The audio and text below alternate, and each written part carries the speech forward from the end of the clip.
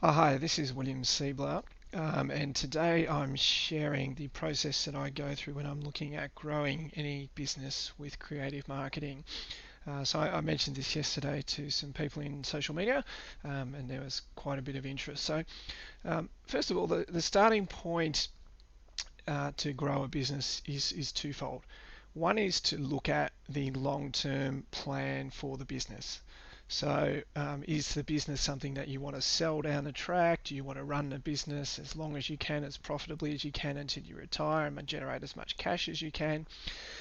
It doesn't especially matter to me what the objective is. However, it's important to be clear on what that objective is because if, for example, you're building a business and hoping to sell it down the track, which is a very common goal people have, you then need to understand, okay, well, who might buy this business down the track? How much might I sell it for? Then once you understand that, you essentially know what you have to create between now and when you sell the business. And you can use that understanding to guide all of your decision making. So if someone comes to you and says, hey, I think we need a new website, or hey, I think we should do some radio advertising, or whatever it might be, we need to put a new staff member on, you then say, okay, if I do that one thing, does that actually move me closer towards selling my business for this amount of money to this buyer in the future? So having a long-term goal is the starting point that I aim to get to with every client. Because then basically we can work back and we understand what it is that we're trying to create. The next thing that I do is to have a look at the numbers, and you'll see the numbers here in the screen. So there's a couple of scenarios. These are just hypothetical businesses. So this is what's called a business multiplier. And it just basically breaks out the key elements that you can impact in the business to grow the business. So the starting scenario here is that someone's got 4,000 leads. They convert 25% of them, which gives them 1,000 clients. Those clients buy 2 times a year, and they spend $100 each time. So that gives them a turnover of $200,000. Their margins are 25%, which means they've got a gross profit of $50,000. Now, if we improve, so some of these areas here, so leads, conversion rate, drive clients. So if we were to boost those by 10%, obviously we get an improvement in the number of clients. Number of transactions, average dollar sale, if we boost those by 10%, they help grow revenue. What actually happens is, even though they're very small improvements, and in my experience 10% is something that almost any business can do, I don't think that I can even think of a business that's actually maximized its potential. In reality, most businesses can actually improve dramatically, even 2 to 10 times in some of these areas, depending on how well they're performing at the moment. So basically, if we were to improve leads, conversion rate, transactions, dollar sale, and margin each by just 10%, what happens is our profit goes up to $80,000. If we were to improve those same areas by 25%, we've tripled our profit. Okay, so this is the formula that I use to grow a business. And then we say, okay, well, basically, how much is it that we want to grow by? So we take a business, and I'll share some examples during this short video. And we say, okay, well, most people come to me, and when they post on social media and all these things, they're asking about getting more clients. But that is not necessarily the number one area of opportunity for every business. In some cases, that can be a bit more challenging than some of the areas.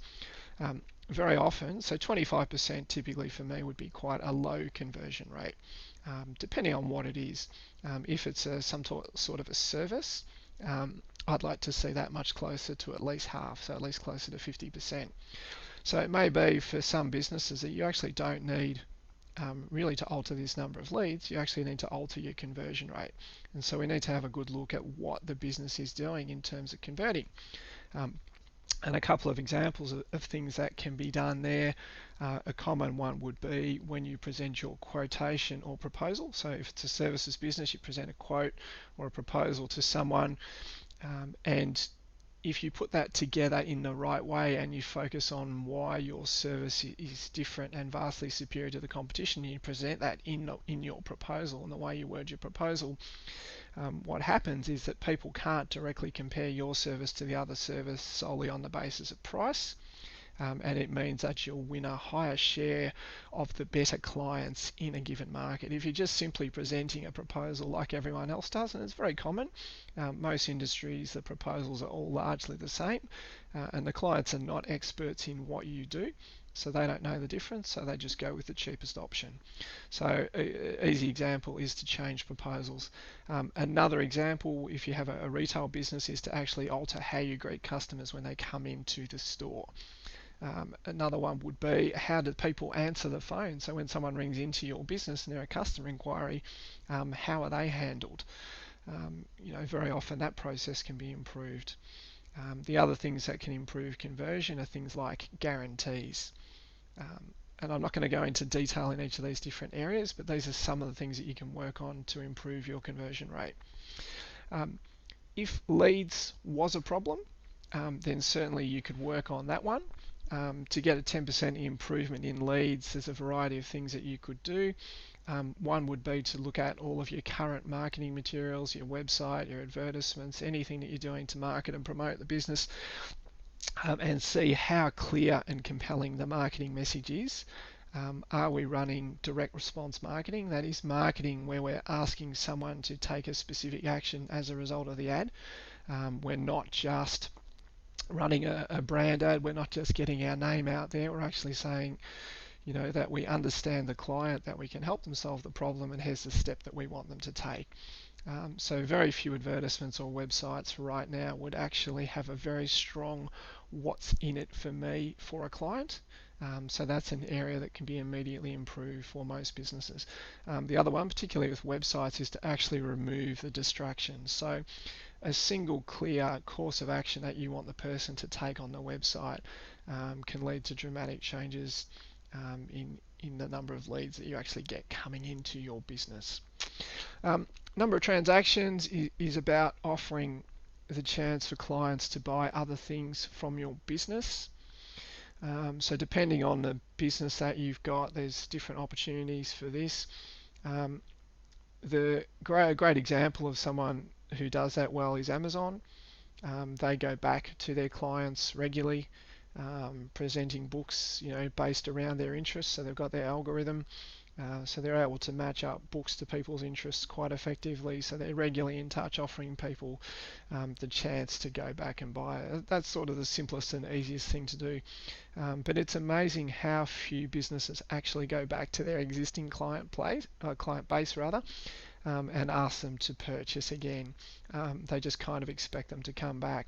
And there's some really interesting examples of how crazy that can actually be. So you take a company in Australia like Harvey Norman, spends an absolute fortune on television advertising, primarily promoting interest-free deals to get you to buy for the first time. But to the best of my understanding, they really don't do anything. So you go into Harvey Norman now, you buy a TV.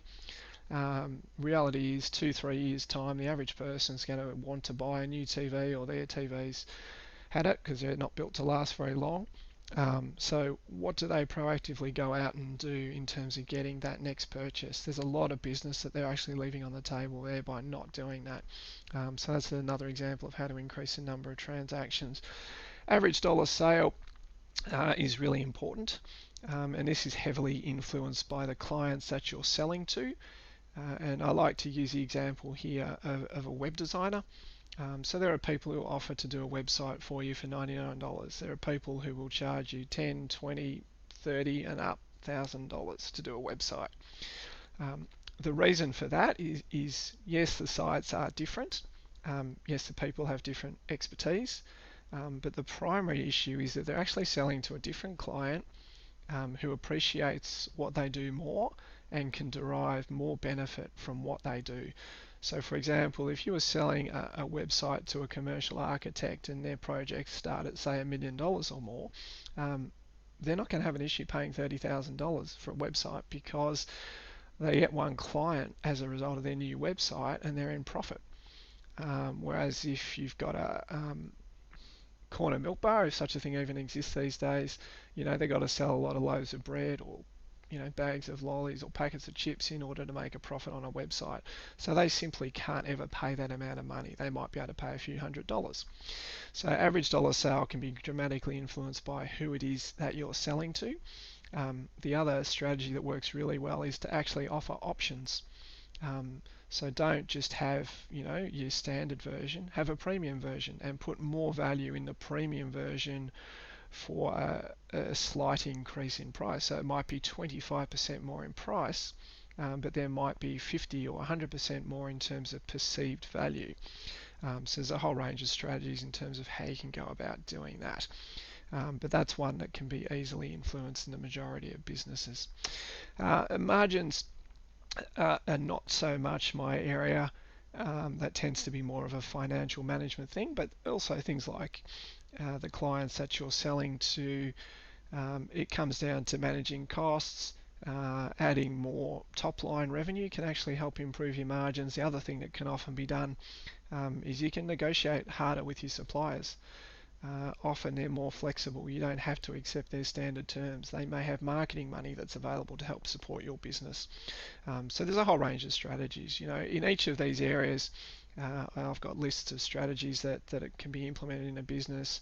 So there's probably a few hundred different strategies across all of these areas in total that can be implemented. So for example, there's at least 60 strategies to increase leads. But it's just a matter of finding the right ones for your business. So the action that I'd like you to take from here, and as I said, there's no hard sales pitch from me. If you want to talk to me, you know where I am and you can come and have a chat to me. But what I would like you to do is to actually take away this understanding of these are the areas that you need to focus on to grow a business. This is the starting point. So the long-term objective of your business plus this table, they're the two key things that you focus on. And you say, okay, well, ask yourself, what can I do to generate more leads? What is my current conversion rate? You may not know. You don't guess at it. You have to know. And you say, what can I do to improve it? If you're not sure, talk to other people and get some ideas. How can I get my customers to come back more often? How can I increase the amount of money that people spend in each transaction with my business? And what can I do to improve my margins? So if you spend time every week focusing on each of these key areas, as I said, even if you get a 10% improvement in each of those areas, because it all multiplies out, you get a dramatic increase. So you got about a 60% increase in bottom line gross profit. If you do a 25%, you've tripled your gross profit. And as I said, these numbers, a 10% improvement is nothing. Virtually any business could do that standing on their head. Quite often when I speak with business owners, it takes less than half an hour to find that. In some cases, it may be a case of zeroing in on a particular problem. So, they may be good at lead generation, but terrible at converting. Or they may not be maximizing the value of the average dollar sale. So what I would always say to a business is you actually want to maximize all of these numbers here. So you want to maximize conversion, you want to maximize transactions, average dollar sale, and margins. And then you want to start growing your top line. You're actually going to have more money to invest in marketing by maximizing these areas, and you're going to derive a much greater benefit when you do get additional leads into your business.